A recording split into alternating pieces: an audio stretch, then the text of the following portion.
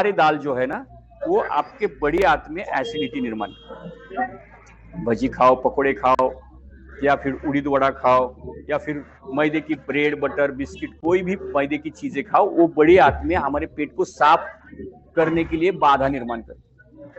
ये लोग जो खाते हैं ना ज्यादा, उनका पेट साफ नहीं होता है और उनको एसिडिटी होती है। ठीक है। और उसकी वजह से क्या होता है, हमारे शरीर में वात रोग बढ़ता है। कमर में दर्द, पीठ में दर्द, घुटने में दर्द, चेस्ट में दर्द, शोल्डर में दर्द, ये सारा जो दर्द है, सिर में दर्द, ये सारा दर्द उसकी वजह से।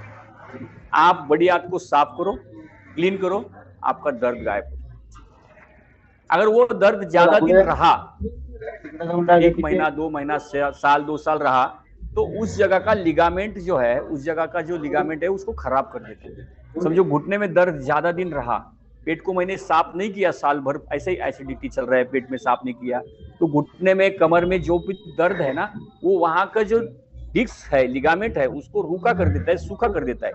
बाद में आपका पेट भी साफ हो गया ना, दर्द चालू रहता है। फिर आपको पोषक तत्व खाने चाहिए, जैसे फल है, फ्रूट्स है, हरी पत्ती है, जूस है। फिर नेचुरोपैथी का सहारा लेना पड़ता है।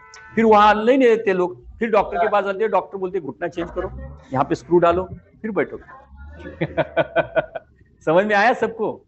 तो ये दिक्कत हो जाती है वात के बारे में। वात याद रखिए, वात बहुत महत्वपूर्ण चीज है। अगर ये आप रूल रेगुलेशंस फॉलो नहीं करते तो वात बिगड़ जाता है और फिर दर्द शुरू होता है। बहुत सारे लोगों को डॉक्टर ऑपरेशन, इतने सारे हॉस्पिटल खुले ना, ऑपरेशन की जरूरत नहीं है, लेकिन ज्ञान न होने की वजह से जाते हैं, हो जाता है ऑपरेशन। बैठो, फिर क्या करना। तो योग शास्त्र का ज्ञान होना बहुत महत्वपूर्ण है, इसे बात कहते हैं। दूसरा है पित्त। पित्त किसे कहते हैं? आपके बॉडी का टेम्परेचर बना रहना चाहिए, ना ज्यादा ना कम। पित्त कहां से निकलता है, कैसे पित्त निकलता है? 3 चीजें याद रखनी है। सबसे पहला, आपका पाचन तंत्र मजबूत होना चाहिए। अगर आप योगासन कर रहे हो रोज, तो पेट में जो दबाव है, खिंचाव है, दबाव है, खिंचाव है, तो उससे आपका पाचन तंत्र अच्छा बनता है, पेट को व्यायाम मिलता है। पेट के अंदर जो भी ग्रंथियां है, जो आपके सबसे पहले आपके जठर में कई सारे 3 कप्पे होते हैं, जठर के 3 स्टेप होते हैं। पहले स्टेप, दूसरा स्टेप, तीसरा स्टेप। हर स्टेप में ग्रंथियां होती है। आपके छोटे आंतड़े में ग्रंथियां होती है। ये सारी ग्रंथियां, बड़े आंतों में भी ग्रंथियां होती है, जो अन्न को शोषण करती है, अन्न को शोषण करती, खाने को पचाती है। वो ग्रंथियां एक्टिव होती है जब आप पेट के दबाव खिंचाओ, दबाव खिंचाओ, दबाव खिंचाओ। सूर्य नमस्कार है ना, ये आपके पाचन तंत्र को मस्त बनाता है। कभी कभी हमारे देश से लोग योग करने वाले ना, दुगना तिगना 4 गुना खाना खाते, कुछ नहीं होता है। लेकिन योग न करने वाले आधी चपाती खाएंगे ना, पेट एसिडिटी हुई। क्यों? क्योंकि उसके अंदर जो पाचन तंत्र है, वो सारी ग्रंथियां रिएक्टिव नहीं है। तो ये समान वायु वहां पर होता है। समान वायु, समान वायु क्या करता है? हमारे शरीर से कूड़ा कचड़े को बाहर फेंकता है। अगर आपने प्राणायाम किया, समान वायु एक्टिव हुआ, तो कूड़ा कचरा बाहर चला जाएगा। याद रखना है, सूर्य नमस्कार ये सबसे पावरफुल चीज है समान वायु की। सूर्य नमस्कार है, योगासन है, अर्धमच्छिंद्रनासन है, जानुशिरासन है, हस्तपादासन है, ये सारे आसन होने चाहिए। तब जाके आपका पेट साफ होगा और समान वायु एक्टिव होगा। ये वात है। वात का तीसरा स्टेप है कि आपके फेफड़े और आपका लीवर, आपका फेफड़े और आपका हृदय और आपका ब्रेन शांत रहना चाहिए।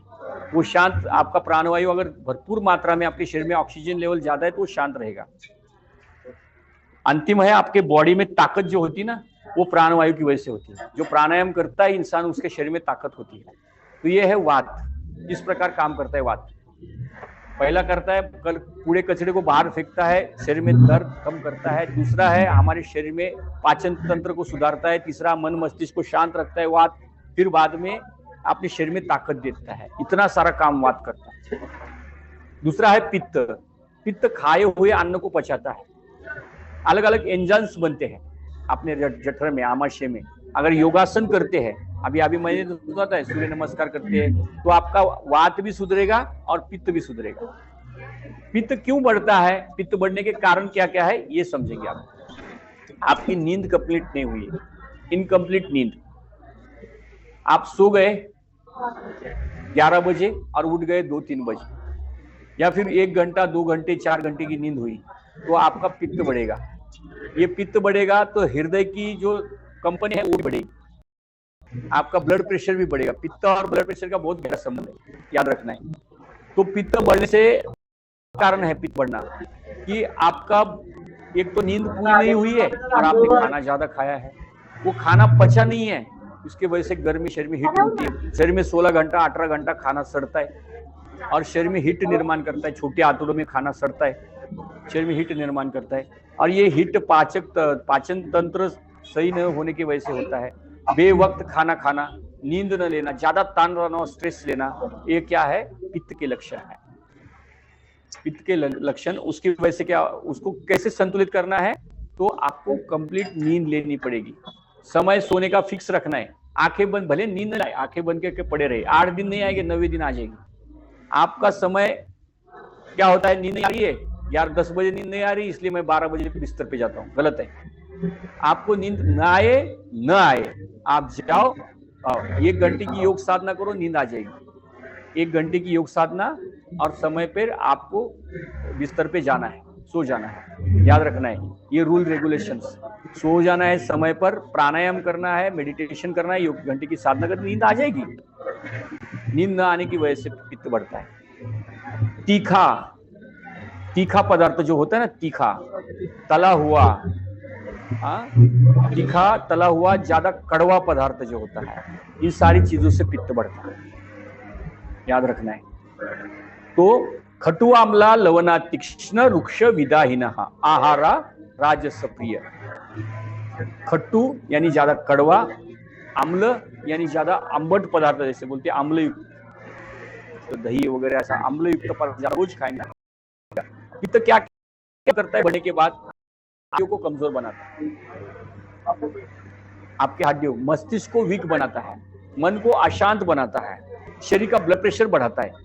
वात से भी डेंजरस पित्त है याद रखना है, पित्त बढ़ने नहीं देना है, पित्त बढ़ने नहीं देना है। उसके रूल रेगुलेशंस क्या है? समय पे सोना, 1 घंटे की योग साधना करना, और आहार संतुलित लेना, तीखा तला हुआ ज्यादा नहीं खाना, ठीक है? ये इसको पित्त बोलते हैं। तीसरा है कफ है। देखो, वात से डेंजर पित्त है, पित्त से डेंजर कफ है। वात से डेंजर क्या है? पित्त है। पित्त से भी डेंजर कफ है। कफ को डेंजरस काम है कफ। मैं क्या है उसके बारे में थोड़ा सा शॉर्टली बताता हूँ, कफ डेंजरस क्यों है, कफ क्यों डेंजर है। तो क्या होता है, एक उदाहरण से बताता हूँ कि आपने शाम को खाना 8 बजे खाया, और खाना थोड़ा सा कम खाना चाहिए, थोड़ा ज्यादा खाए। ज्यादा खाया तो उसको पचा नहीं पाया शरीर, और खाना जो रह गया है, या फिर तेल वाला खाना है, अतिरिक्त जो अननेचुरल तेल है, वो सारा आपके नाक में, गले में और नासा कपाट में जाके जम जाता है, और उसको म्यूकस बनता है। म्यूकस के माध्यम से वो चिपकता है वहां पर, और वहां पे बलगम बनता है, और ये बलगम नाक में, गले में जब जाता है तो फिर हमें क्या होती है? बलगम हो जाता है, बोलते हैं हमें सर्दी हुई। ठीक है, सर्दी हुई, कोई बात नहीं, सर्दी हुई तो शाम का खाना आधा कर दो, सर्दी चली जाएगी, लेकिन नहीं करते शाम का खाना आधा करो, तेल बंद करो शाम के खाने में, तुरंत सर्दी चली जाती है। फिर क्या करते लोग? वाफ लेते, वाफ। ठीक है, कोई बात नहीं, वाफ ले लो, लेकिन खाना तो कम करो। वाफ आज लेंगे, कल वापिस सर्दी होगी, परसों वाफ लेंगे, वापिस सर्दी लेगी। वाफ में अलग अलग प्रकार की दवाइयां डालते। रोज वाफ लेने से क्या होगा? फिर बाद में क्या होता है, वो जो वाफ लेने की वजह से वो जो म्यूकस है, जो बलगम है, सूख जाता है, सूख, और आपके नासा कपाट में, आपके फेफड़ों में चिपक जाता है, और कुछ दिन के बाद क्या होती है? सर्दी की जगह खांसी होती है, खांसने लगते हैं हम। जैसे जैसे खांसी होती है तो फिर क्या करते हैं हम? खांसी होती क्या करते हैं? डॉक्टर के पास से दवाई, कोई पाउडर लेंगे, या कोई बॉटल लेंगे, कोई आयुर्वेदिक बॉटल है, इसमें ये है, उसमें दालचीनी का पाउडर है, या इसमें लवंग है, इसमें मीरा है, ऐसा कुछ। या फिर डॉक्टर के पास जाएंगे, एलोपैथी डॉक्टर के पास, वो अलग अलग प्रकार का इंजेक्शन देंगे, फिर अलग अलग प्रकार का आपका श्वास का ये लगाएंगे, वाफ का मशीन लगाएंगे। उससे क्या होगा? आप बार बार ये चालू होगा, फिर क्या होगा? उससे क्या होगा? आपके फेफड़े धीरे धीरे हार्ड होंगे, हार्ड फेफड़े होते हैं, फिर आपके फेफड़ों में श्वास कम जमा होता है और उसकी वजह से निमोनिया जैसी बीमारी होती है। फिर निमोनिया हुए तो और शरीर में अलग अलग प्रकार के केमिकल्स के इंजेक्शंस डॉक्टर देते, फिर फेफड़े और हार्ड हो जाते हैं। फेफड़े जब हार्ड हो जाते हैं तो जैसे उदाहरण से मैं बताता हूँ, गुब्बारा होता है ना, हवा भरते तो गुब्बारा ऐसा फैल जाता है। तो छोटे बच्चे या युवा लोग होते हैं ना जिनके फेफड़े अच्छे होते हैं, देखो श्वास लेते फूल जाते हैं, ऐसे फूलते, ठीक है। तो फूलना कम हो जाता है, फेफड़ों का फूलना कम हो गया तो हवा वो फेफड़े कम ले पाते हैं शरीर में हवा कम लेने की वजह से उसको हवा कम पड़ती है। क्यों कम पड़ती है? क्योंकि कचरे को फेंकने के लिए हवा चाहिए, आपके अन्न को पचने के लिए हवा चाहिए, हृदय को ब्रेन को शांत रखने के लिए हवा चाहिए, आपके शरीर में पोषक तत्व पहुंचने के लिए हवा चाहिए। हवा कम पड़ रही है, क्या करे? फिर थकान आ जाती है। फिर डॉक्टर बोलते हैं ऑक्सीजन लगाओ। फिर ऑक्सीजन लगाते, फिर ये जो हवा जो ऑक्सीजन है ना वो कंटिन्यू चालू रखता है, तब जाकर शरीर का सिस्टम थोड़ा काम करेगा। और फिर ऑक्सीजन जैसे जैसे लगा रहे, फिर लोग महीना भर लगाते, 1.5 महीना लगाते, फिर धीरे धीरे ये ऑक्सीजन लेवल वेंटिलेटर में बदलते, फिर वेंटिलेटर पे जाना पड़ता है। फिर डॉक्टर बोलते जब तक वेंटिलेटर पर है तब तक जिंदा है।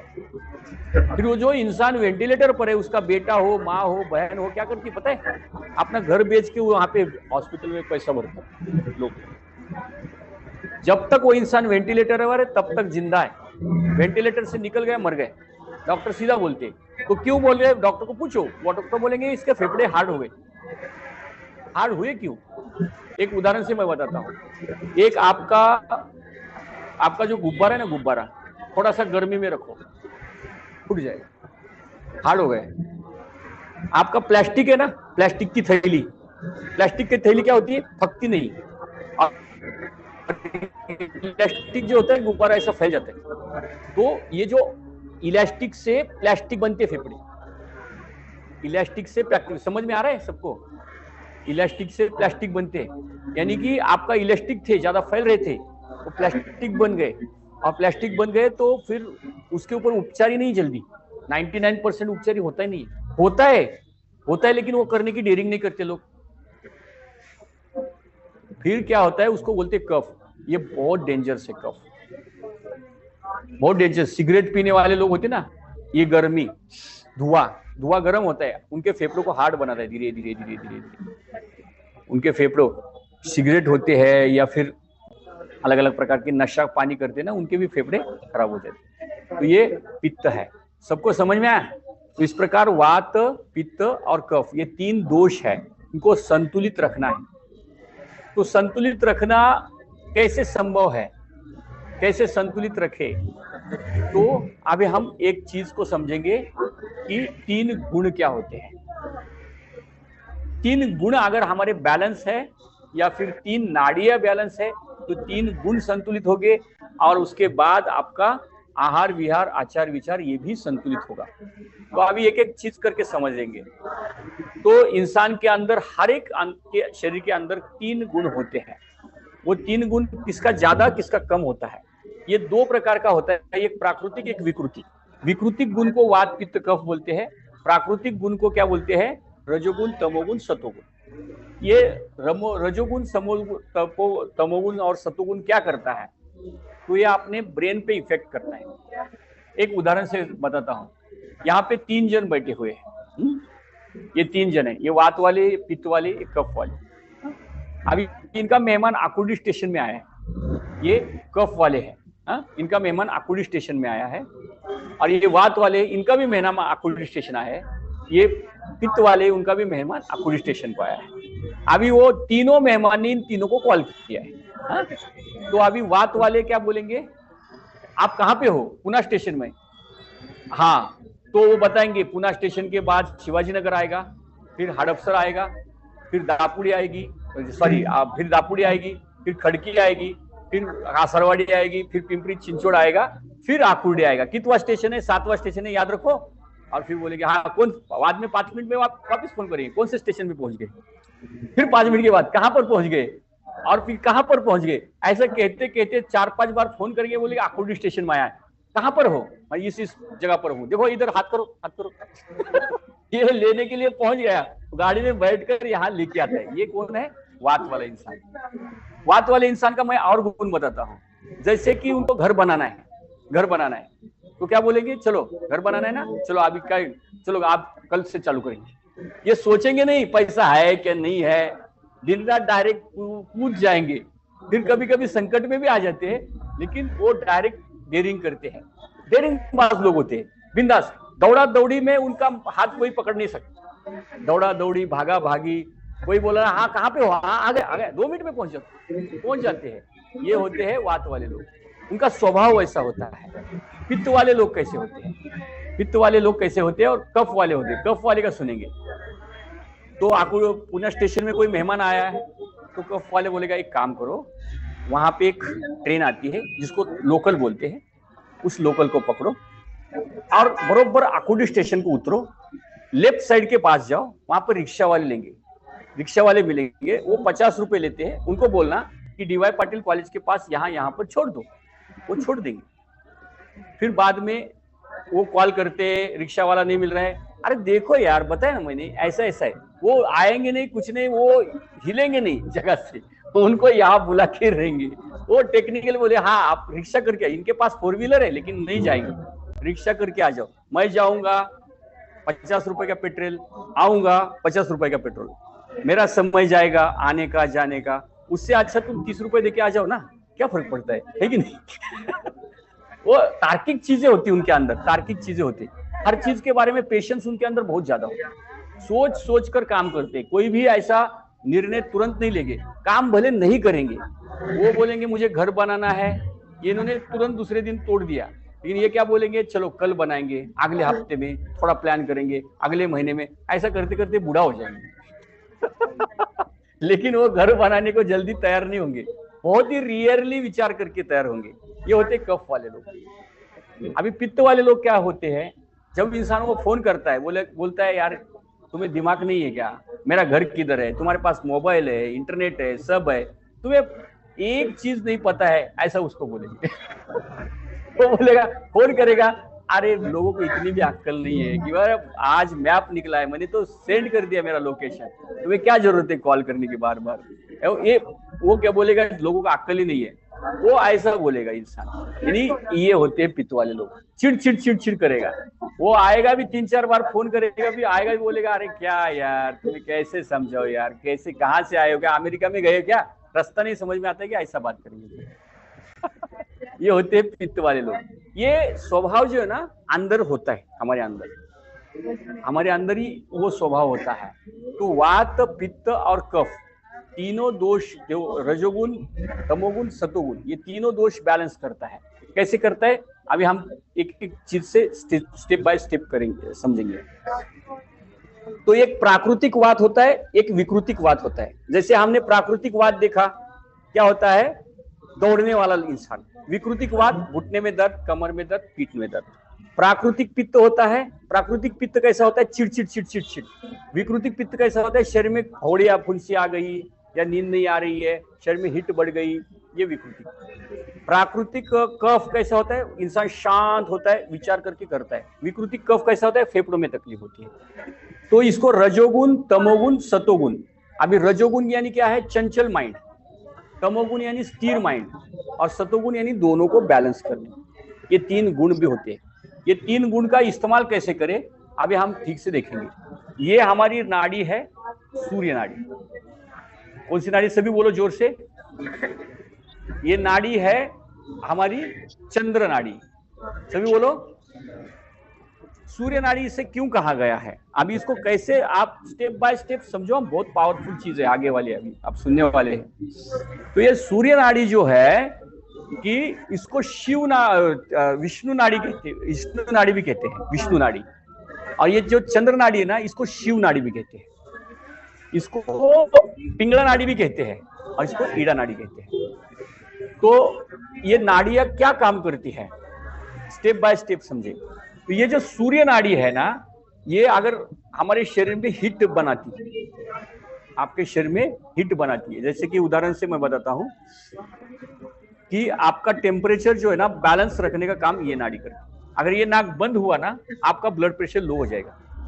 धीरे धीरे धीरे धीरे एक्सपेरिमेंट करके देखो, ये ब्लड प्रेशर लो करता है तुरंत, ये नाड़ी बंद हो गई। और ये नाड़ी ब्लड प्रेशर को बैलेंस रखती है, गर्मी को हिट को लेती है, यानी बाहर की जो ठंडी हवा है ना उसको गर्म करके शरीर में भेजती है, इसलिए हमारे शरीर हिट रहता है ये नाड़ी। और ये है चंद्र नाड़ी। ये चंद्र नाड़ी क्या करती है, ये आपका बाहर का जो टेम्परेचर है ना उसको ठंडा करके अंदर भेजती है। अभी ये जो गर्म करके अंदर भेजती है, ठंडा करके अंदर भेजती है, अभी दोनों का क्या हो रहा है, ये ठंडा कर रही है गर्म कर रही है, ठंडा कर रही है गर्म कर रही है, दोनों का बैलेंस होना चाहिए। जब दोनों का बैलेंस होता है तो हमारा तीसरा गुण जागरूक होता है, जिसका नाम है सतुगुण।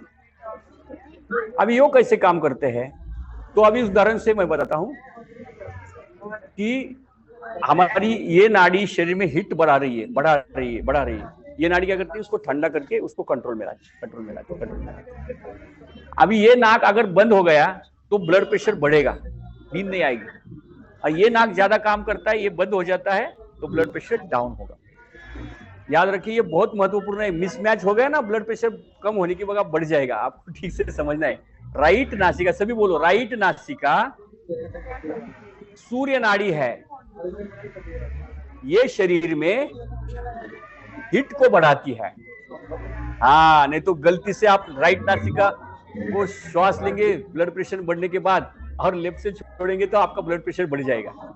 अगर आपने राइट से श्वास लिया, लेफ्ट से छोड़ा तो ब्लड प्रेशर बढ़ता है। जिनका ब्लड प्रेशर डाउन हुआ है ना, वो राइट से श्वास लेना चाहिए, और जिनका ब्लड प्रेशर बढ़ा हुआ है वो लेफ्ट से श्वास लेकर राइट से छोड़ना चाहिए। अभी सभी मेरे पीछे बोलो, लेफ्ट नासिका चंद्र नाड़ी है, वो शरीर में ब्लड प्रेशर को बैलेंस रखती है या फिर कम करती है। ठीक है, ब्लड प्रेशर को कम करती है नाड़ी। तो अभी हमें इसको ईड़ा नाड़ी भी बोलते, इसको पिंगला नाड़ी भी बोलते, इसको ईड़ा नाड़ी भी बोलते, पिंगला नाड़ी भी बोलते। ठीक है, ईड़ा और पिंगला। तो ये ईड़ा पिंगला, सूर्य चंद्र, ये सारी चीजें होती है, दोनों को बैलेंस करता है ये बीच वाली सुषुम्ना नाड़ी।